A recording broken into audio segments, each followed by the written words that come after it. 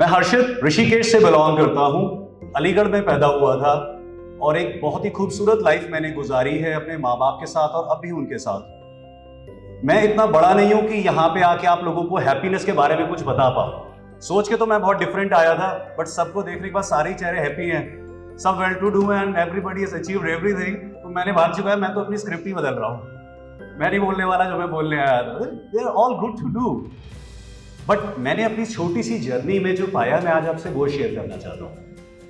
My early years were very tough. We started very small.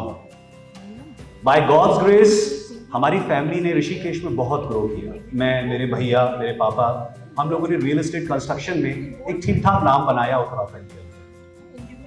2012-13 तक we grew by leaps and bounds। हमें पता ही नहीं था कि ग्रोथ होती क्या है, बट हम उससे भी ऊपर जा चुके थे। फिर एक समय ऐसा आया कि सब कुछ उल्टा होना शुरू हो गया। पारिवारिक रिश्तों में, दोस्तों में, हमारे जो अपने हमारे साथ पार्टीज में होते थे, शहरों में होते थे, दे वर अगेंस्ट अस। हमें पता ही नहीं चला कि इतना खूबसूरत समय अचानक खराब कैसे हो गया। लेकिन तब भी मैं किसी की सुनने को तैयार नहीं था। यहां पे मैं आपको छोटी सी कहानी बताऊंगा, not take much of your time. एक जैन स्टोरी है।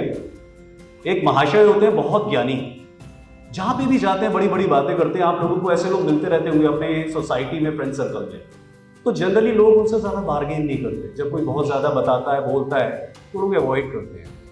तो उनको कहीं से पता चला कि एक ज़ेन, एक मॉन्क कहीं दूर रहता है जिसमें बहुत अच्छी नॉलेज है।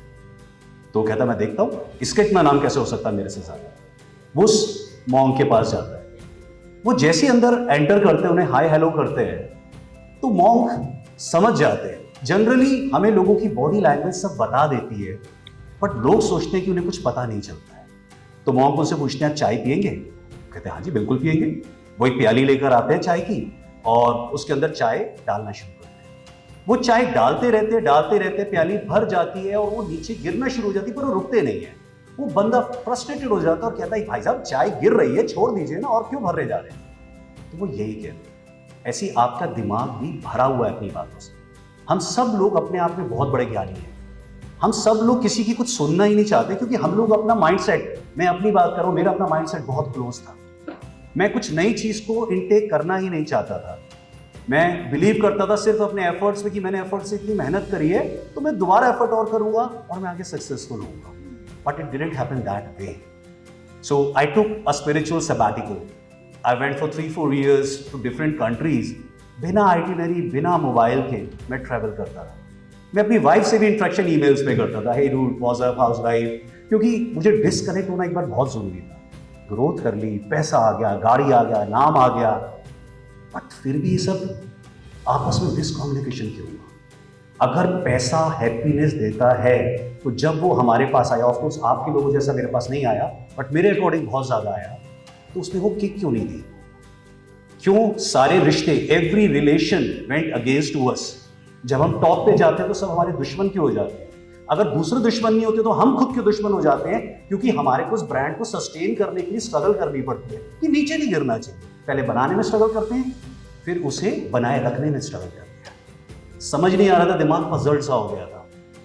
तब लाइफ में कुछ वास्तुकार भी आए, छोटे छोटे कोर्सेज करके 2,500, 5,000, 10,000 हजार रुपए लेके उन्होंने हमारे बिजनेसेस को देखा, ठीक करना शुरू किया।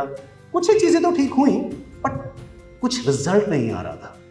I was very pissed off, even my brother, यार गड़बड़ का है, गलतियां का, और हमें कुछ समझ नहीं आ रहा है। Then I don't know how I met this man Girendra Bharti through one of my friend. I went to meet him at his residence. ये बहुत शांत रहते थे, इन्होंने ज़्यादा बात नहीं करी। इन्होंने कहा मैं आपके पास आऊँगा, लेकिन मैं आपकी एस्ट्रोलॉजी देखना चाहता हूँ। मैं कहा सर इसमें तो बिलीव नहीं करते, और हमारे पापा हम लोग तो वास्तु में बिल्कुल भी बिलीव नहीं करते। कहते आप मुझे मौका दीजिए।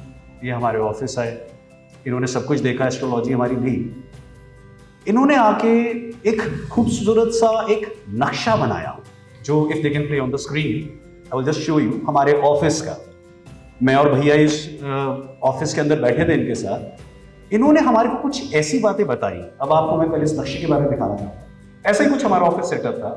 इन्होंने उनको इतनी मल्टीपल डायरेक्शंस के अंदर स्प्लिट कर दिया। अब मुझे पता है जहां पे साउथ ईस्ट में फायर कैश लिक्विडिटी जोन है, ये बना के लेकर आए कि यहाँ पे अगर आपका CFO, आपका फाइनेंस डिपार्टमेंट है तो आप कैश रच हो।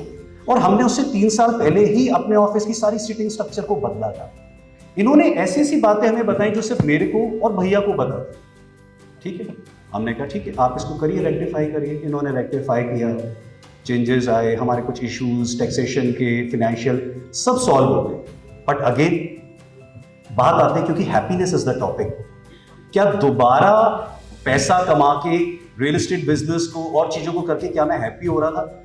It was not happening, it was not giving me that kick, it was not giving me that happiness. क्योंकि हैप्पीनेस वो है, मैं जिस दिन सुबह उठूं, जो करना चाहूं, जिसके साथ व्यापार करना चाहूं, जिसके साथ दोस्ती रखना चाहूं, जिसके साथ ट्रेवल करना चाहूं, मैं कर सकता हूं।